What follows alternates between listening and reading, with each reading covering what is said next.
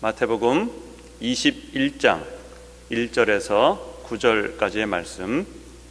그들이 예루살렘에 가까이 가서 감람산 벳바게에 이르렀을 때에 예수께서 두 제자를 보내시며 이르시되 너희는 맞은편 마을로 가라. 그리하면 곧 매인 나귀와 나귀 새끼가 함께 있는 것을 보리니 풀어 내게로 끌고 오라. 만일 누가 무슨 말을 하거든 주가 쓰시겠다 하라. 그리하면 즉시 보내리라 하시니 이는 선지자를 통하여 하신 말씀을 이루려 하심이라.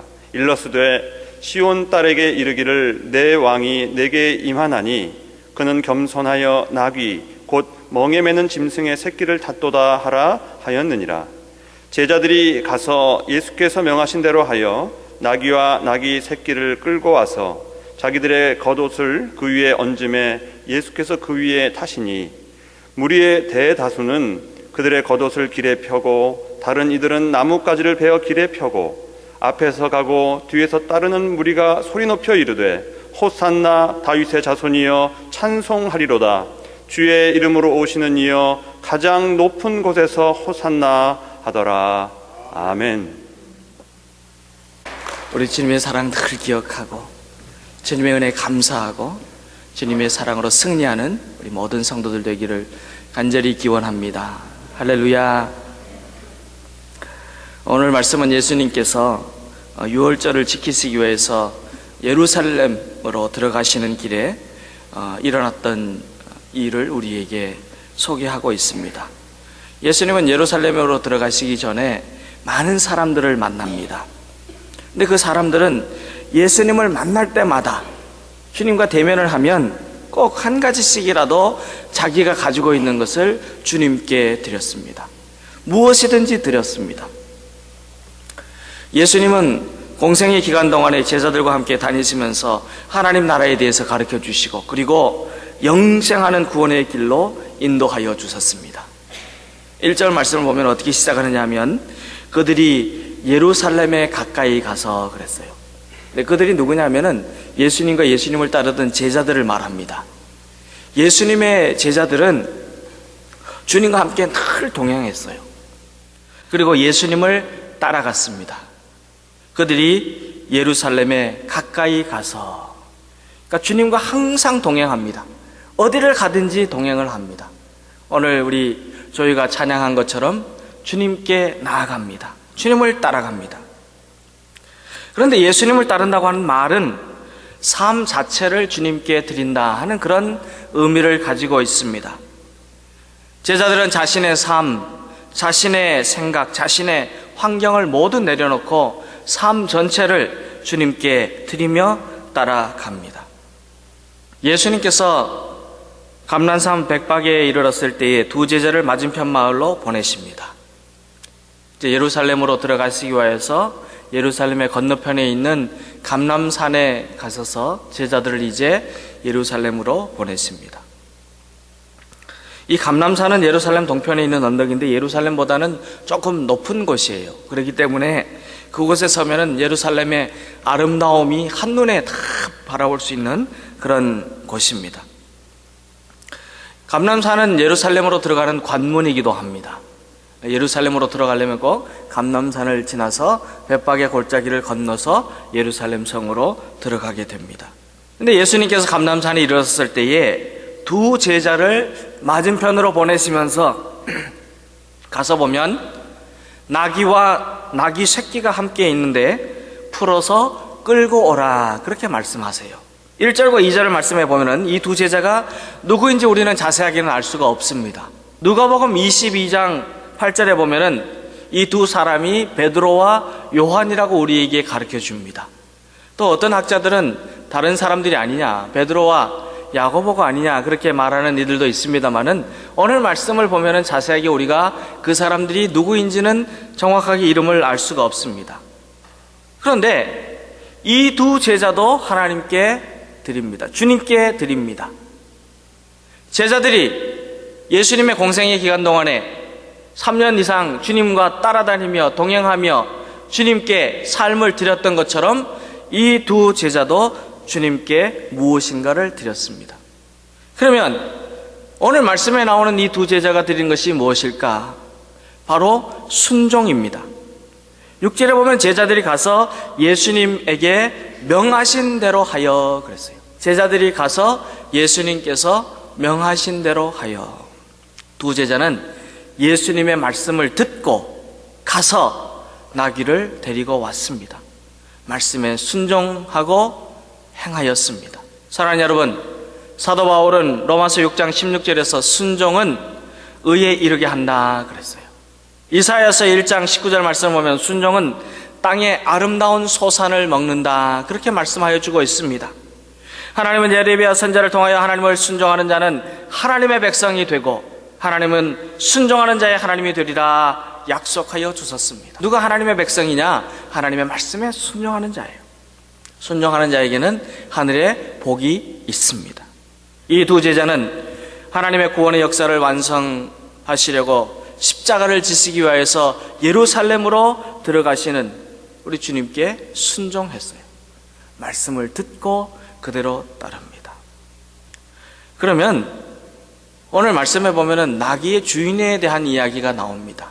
이 나귀의 주인은 그러면 무엇을 주님께 드렸습니까? 말 그대로 나귀를 주님께 드렸어요. 3절에 기록된 대로 주께서 쓰시겠다 하라는 말씀을 듣고 나귀 주인은 나귀와 나귀 새끼를 드리게 됩니다. 근데 마가복음과 누가복음에 보면은 스가랴서 9장 9절에서 예언된 왕으로 임하시는 메시아는 공의로우시며 구원을 베푸시며 겸손하여서 나귀를 타시나니 나귀의 작은 것 곧 나귀 새끼니라 그렇게 말씀하여 줍니다. 이 말씀이 이루어졌음을 증거하기 위해서 마가복음과 마태복음에는 어떻게 표현을 하고 있느냐 하면은 마가복음과 누가복음은 어떻게 표현하고 있느냐 하면 나귀와 나귀 새끼라고 그렇게 표현을 합니다. 아무 사람도 타보지 않는 나귀 새끼. 근데 오늘 2절하고 7절에 보면은 마가복음과 누가복음에는 나귀 새끼 한 마리만 나오는데 오늘 말씀에는 나귀하고 나귀 새끼가 나와요. 근데 아마도 나귀 새끼가 잘 따라오지 않을 것을 알고 이제 어미 나귀를 끌고 오면 자연적으로 새끼가 따라오리라고 생각을 하여서 나귀와 나귀 새끼로 표현하지 않았나 그렇게 생각해 봅니다. 성경적인 의미를 보면은 나귀는 이스라엘 사람들에게 있어서 오랫동안 대망해온 메시아에 대한 예언이 완성되는 도구로 사용되는 그런 동물이었습니다. 우리 주님께서 이 땅에 오셔서 메시아로서의 사명을 완성하실 때에 나귀 새끼를 타고 들어간다 그렇게 말씀하고 있습니다. 왜 그러냐면 나귀는 평화를 상징하고 그리고 겸손을 상징하고 승리를 상징하기 때문입니다. 그런데 평강과 겸손과 섬김의 왕으로 이 땅에 오신 메시아 예수님은 하나님의 구원 사역을 완성하기 위해서 예루살렘으로 들어가실 때 나귀를 타고 들어가시려고 합니다. 그래서 주님께서 두 사람을 보냅니다. 제자들을 보냅니다. 그리고 나귀 주인에게 말을 합니다. 주께서 쓰시겠다 하라. 그 말을 들은 나귀 주인은 주님께 자신의 나귀를 기꺼이 드립니다. 있는 대로 드립니다. 그런데 우리가 한번 생각해 보면 나귀는 이 사람에게 삶의 일부였습니다. 평화를 상징하는 신앙의 도구였습니다. 그리고 생활의 기반이 됩니다. 나귀가 보통 집안에는 있지 않습니다. 어느 정도 안정이 되고 부가 있을 때에 마련될 수 있는 그런 동물입니다. 그런데 주님께서 쓰시겠다고 할 때에 그는 기꺼이 올려드립니다. 어떤 다른 이유를 내세우지 않고 말없이 드립니다. 즉시 드렸습니다. 주님께서 쓰시겠다 하라 하는 말씀을 들을 때에 순종하였습니다. 7절에 보면은 나귀 새끼를 타신 예수님께서는 이제 예루살렘으로 들어가십니다. 그러면 그 모습을 지켜보던 군중들은 예수님께 무엇을 드렸겠습니까? 군중들은 무엇을 드렸을까? 오늘 말씀을 보면은 6월절을 지키기 위해서 각지에서 예루살렘 모여든 사람들은 예수님 나귀 새끼를 타고 예루살렘으로 들어오실 때에 어떤 이는 겉옷을 나귀의 등에 깔고 또 어떤 이는 겉옷을 벗어서 길에 깔았습니다. 우리가 잘 아는 대로 이스라엘 사람들에게 있어서 겉옷은 의복의 역할도 하지만 이불과 같은 용도로 사용되는 삶의 보호막이었습니다. 더울 때도 그것으로 가리고 추울 때도 그것을 덮어서 몸의 체온을 유지하여서 살아갈 수 있도록 만들어주는 생활의 도구였습니다. 그런데 그렇게 소중하고 값진 겉옷을 벗어서 나귀 등에 깝니다. 그리고 길에도 깔았습니다. 그 말은 예수님을 구원자 메시아로 대하는 최고 최대의 경의와 순종의 표시로 겉옷을 깔았습니다. 이스라엘 백성들은 왕이 지나갈 때 자기의 겉옷을 벗어서 깝니다. 우리 주님이 지나가실 때 왕이십니다, 구원자이십니다, 메시아이십니다, 그러한 소망을 가지고 믿음의 확신을 가지고 평화의 왕이신 예수님이 지나갈 때에 겉옷을 깔았습니다.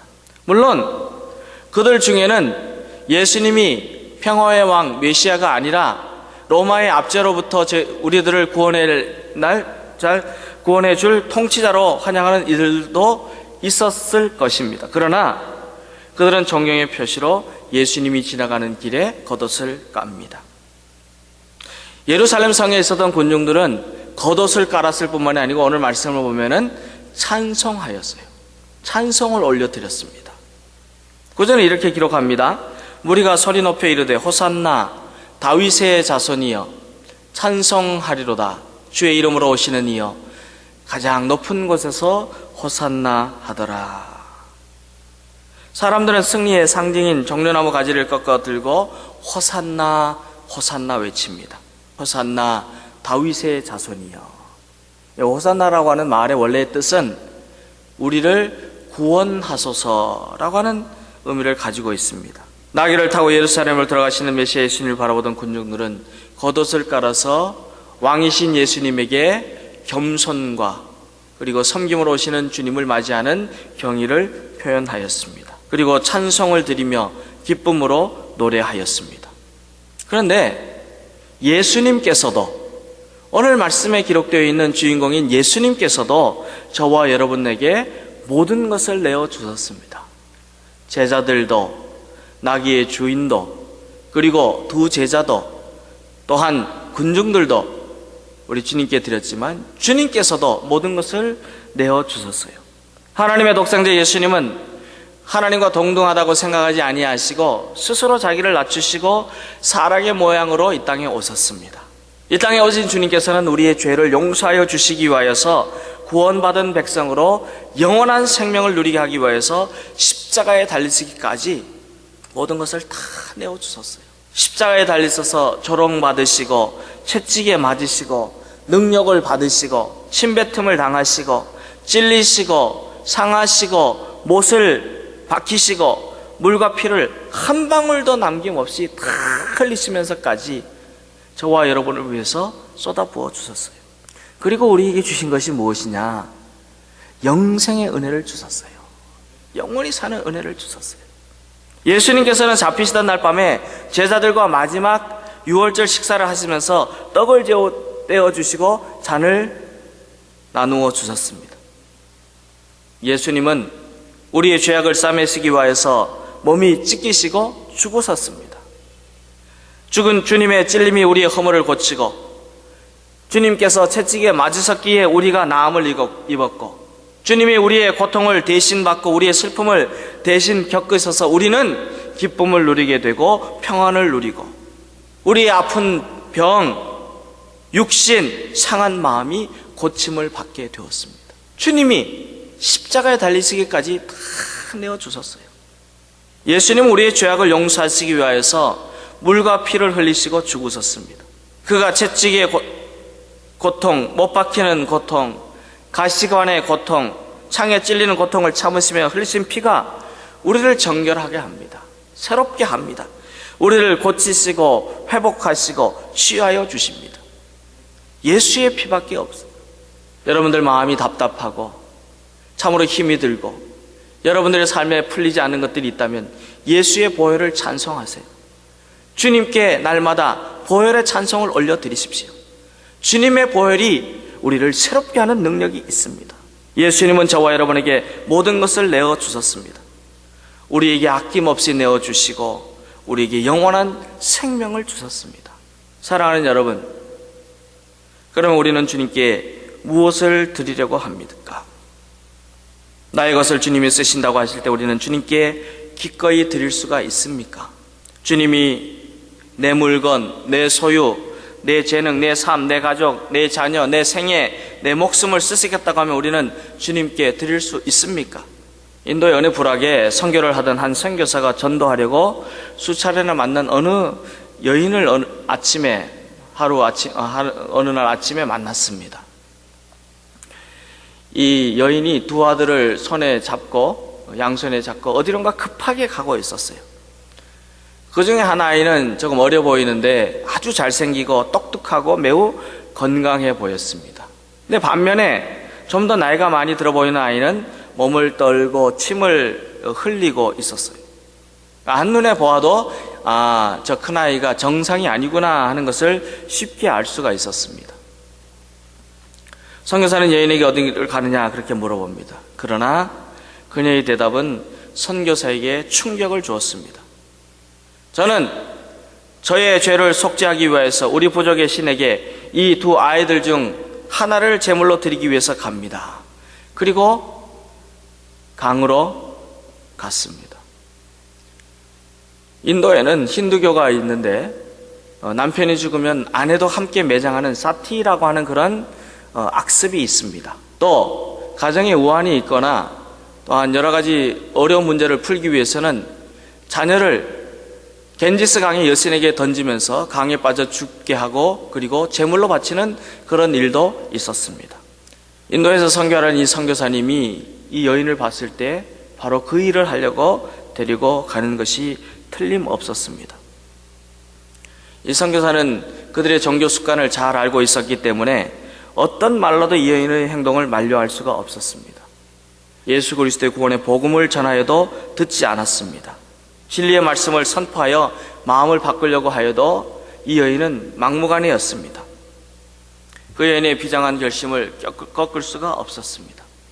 이 선교사도 참으로 답답하고 그리고 난처한 마음으로 하나님께만 기도하고 있는데 며칠 후에 그 여인을 찾아보기로 하였습니다. 그리고 그 여인을 찾아가서 조심스럽게 말을 건넵니다. 아이들에 대해서 차마 물을 수가 없었는데 그때 마침 방에서 몸이 좀 성하지 아니하는 아이가 몸을 흔들면서 나왔습니다. 선교사는 참으로 다행이다 하는 생각을 가지고 이 여인에게 물어봅니다. 작은 아이는 어디 놀러 갔나요? 그렇게 물어봤더니 이 여인의 표정이 굳어버립니다. 그 모습을 보면서 이 선교사가 내가 참 실수했구나 하는 것을 알게 되었습니다. 잠시 후에 침묵이 흐르고 난 다음에 여인이 목소리를 가다듬고 말문을 엽니다. 기억 못하세요? 지난번에 만났을 때 제가 우리 신들에게 이 아이들 중 하나를 제물로 드리러 강으로 간다고 말하지 않았습니까? 그랬어요. 선교사가 깜짝 놀랐어요. 생각했던 일이 일어났습니다. 정말로 자기 아이를 제물로 드리는 것이다 하는 그런 마음이 들면서 너무 놀랐습니다. 그런데 왜 큰 아이는 드리지 않느냐? 보통 장자를 드리는데 왜 큰 아이는 드리지 않고 작은 아이를 드렸을까? 그래서 물어봅니다. 왜 큰 아이는 드리지 않고 작은 아이를 드렸습니까? 그러자 이 여인이 놀라면서 이렇게 대답을 합니다.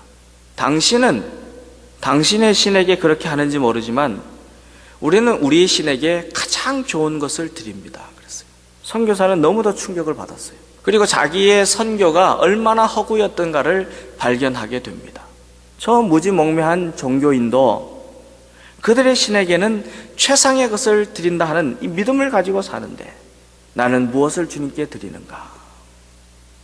자기 자식도 심지어 극단적인 선택의 기로에 섰을 때 최상의 것으로 드리려고 하는 이 신앙의 모습을 가지고 있는데 우리는 인격자이신 하나님, 천지를 창조하신 하나님, 우리를 사랑하시는 하나님, 언제나 우리를 만나주시는 하나님, 우리를 구원하여 주시는 전지전능하신 하나님께 참으로 가장 귀한 것을 드리고 있는가? 우리가 하나님께 드리고 있는 것이 혹 찌그러지고 병들고 내게 2차적인 것들은 아닙니까? 근데 우리가 생각하기에 주님께 드린다고 하면 마냥 죽는 것으로만 생각을 합니다. 내가 죽어야지, 내 목숨이 죽어야지, 순교해야지, 그런 생각만 합니다. 그런데 우리는 내려놓는다는 생각은 왜 못하는지 모릅니다. 우리의 인생의 주인이 되시는 주님께 주님을 위해서 주님이 필요하신다면 필요하신 대로 주님의 뜻대로 사용하도록 맡기는 삶이 주님께 드리는 삶인데 왜 맡기지 못하느냐는 겁니다. 저와 여러분이 주님이 쓰시도록 내려놓는다면 주님의 뜻대로 주님의 방법으로 사용하십니다. 우리는 먼저 결정해서 주님이 이렇게 쓰신다, 저렇게 쓰신다, 주님이 이렇게 할 것이다, 주님은 저렇게 할 것이다, 왜 우리가 먼저 결정하고 일을 합니까? 내 삶은 이럴 것이다, 앞으로 내가 이렇게 될 것이다, 내 계획은 이럴 것이다, 그리고는 그것만 바라보고 갑니다. 내가 가지고 있는 전부를 주님께 내려놓고 주님께서 나를 사용하여 주신다는 이 믿음을 가지고 맡기는 삶은 어디에 가 있습니까? 아브라함은 하나님께서 백세해 주신 귀한 아들을 제물로 바치라 말씀하실 때에 어떤 마음이었습니까? 아브라함은 하나님의 말씀을 듣고 모든 것을 내려놓고 하나님이 하나님의 방법으로 역사하시도록 아들 이삭을 제물로 드리려고 하였습니다. 순종합니다. 내려놓습니다. 그때 하나님의 음성은 아브라함을 만나하며 이삭 대신에 준비하신 어린 양을 제물로 드리게 하십니다. 그러면서 우리에게 말씀하십니다. 여호와 이레, 하나님이 예비하신다. 하나님은 언제나 믿음으로 준비하는 성도, 믿음으로 주님께 맡기며 자신의 모든 것을 내려놓는 성도들을 위하여서는 하나님의 것으로 준비하여 주십니다.